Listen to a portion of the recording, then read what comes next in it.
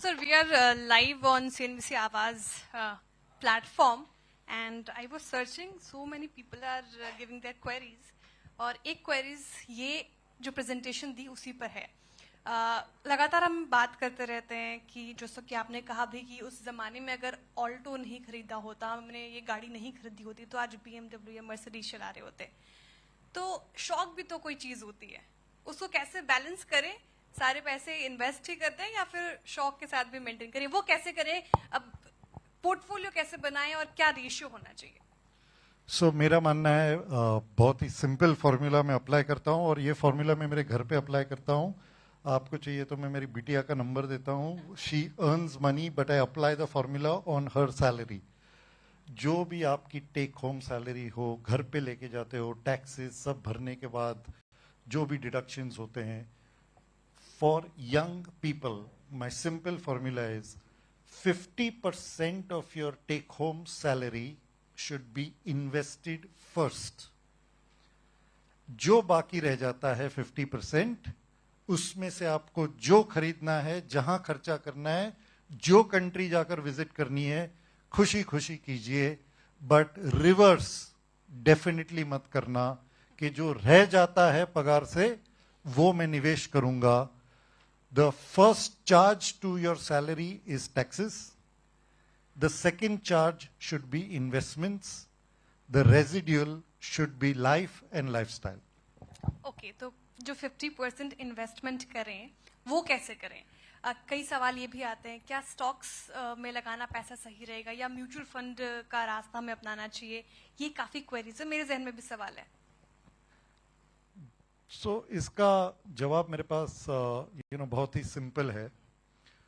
क्योंकि आप ये बिजनेस या ये प्रोफेशन में नहीं हो कि आपके पास वक्त हो कि पूरे दिन बैठकर मैं स्टॉक्स को रिसर्च करूं, कहां पर जाऊं, क्या खरीदूं, कब बेचूं. आप ये प्रोफेशनल्स के ऊपर छोड़ दो. And mutual funds are a very well regulated industry जिसके ऊपर आप भरोसा कर सकते हो.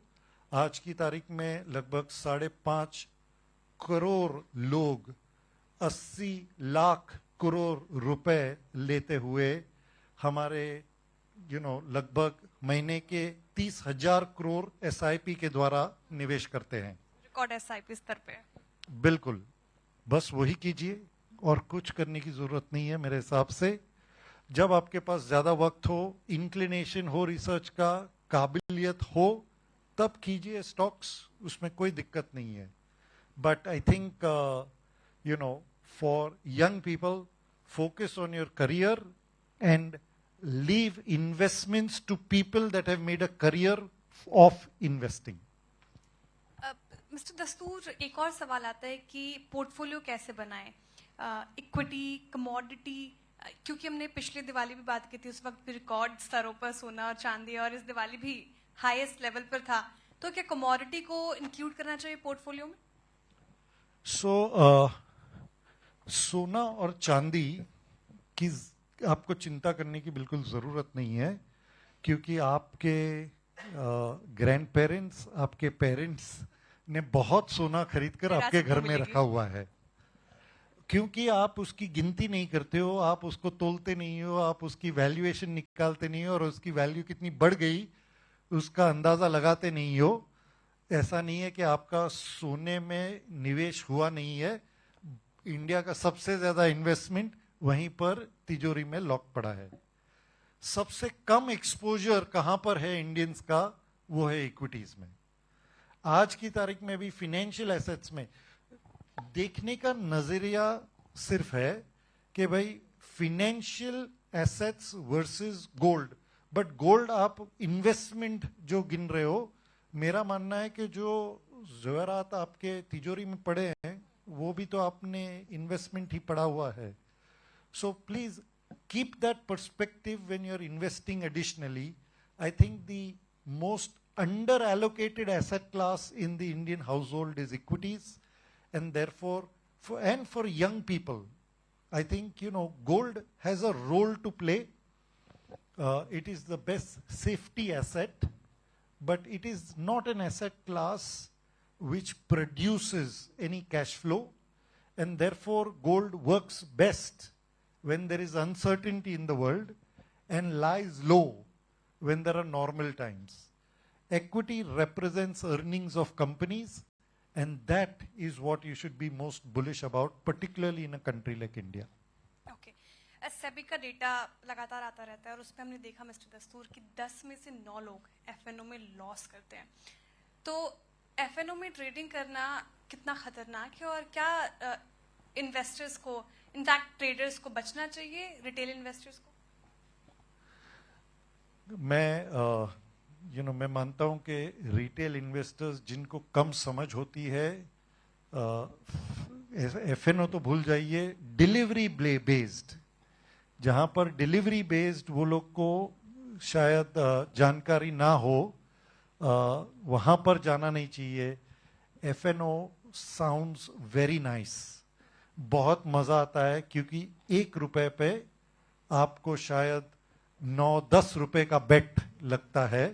सो profits can be disproportionate and so can losses be. But अगर इतना आसान था पैसा बनाना एफएनओ मार्केट से, तो सब लोग छोड़कर वहीं पर पैसे बनाते. बिल्कुल सही. हकीकत is very different. Reality is different.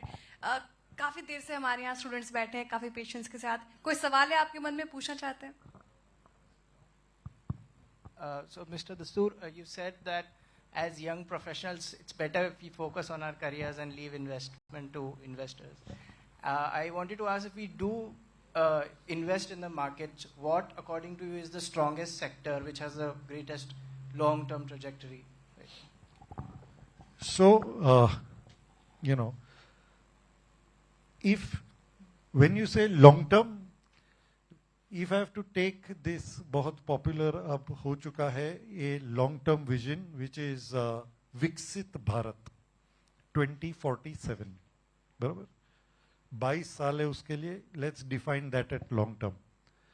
In the long term, all sectors will be relevant for the economy to do well.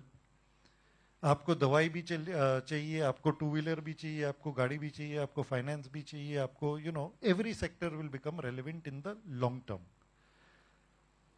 Today, I think your question is more about कि आज की तारीख में यहाँ से आने वाले शायद 2 या 3 सेक्टर्स बहुत बढ़िया दिखते हैं.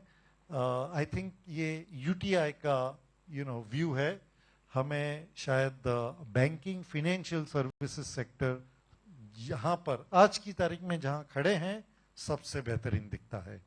बट लॉन्ग टर्म का डेफिनेशन हमारे बुक्स में 20-22 साल है.